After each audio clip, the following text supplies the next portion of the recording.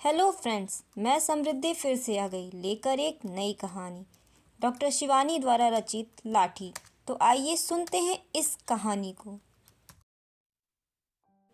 कप्तान जोशी सैनिटोरियम के 3 नंबर के बंगले में दुगना किराया देकर स्वयं अपनी टीबी की पीड़ित पत्नी बानो के साथ रहता था। बानो से अत्यधिक प्रेम के कारण ही वह उसके पास ही रहता था।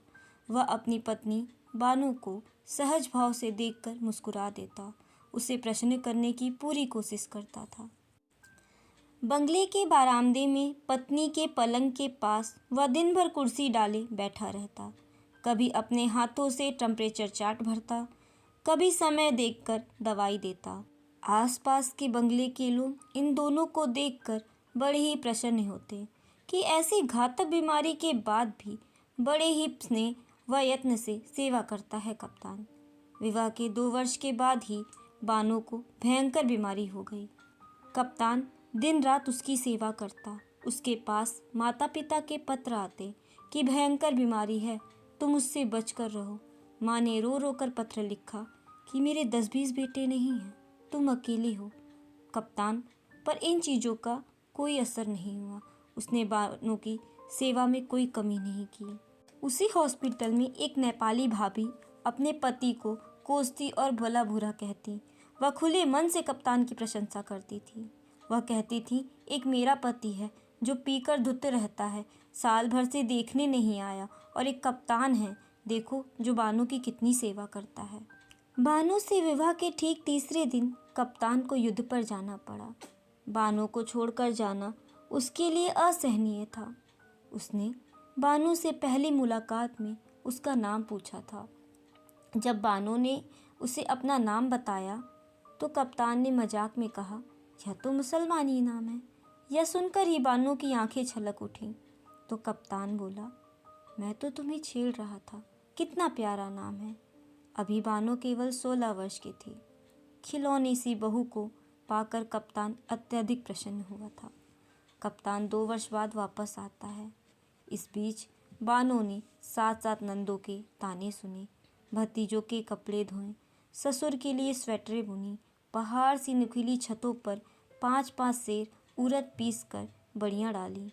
उनसे कहा गया कि तेरा पति जापानियों के कैद में है, अब कभी वापस नहीं आएगा। सास और चचिया सास के व्यंग उसके अंतर्मन को भेद देते थे। वह घुलती गई और एक दिन क्षय रोग से पीड़ित हो गई और चरपाई पकड़ लिया। युद्ध से लौटकर दूसरे दिन कप्तान बानो को देखने चल दिया तो घर वालों के चेहरे लटक गए। एक प्राइवेट बरामदे में लेटी बानो को देखकर कप्तान के होश उड़ गए। 2 वर्ष में बानो घिसकर और भी बच्ची बन गई थी।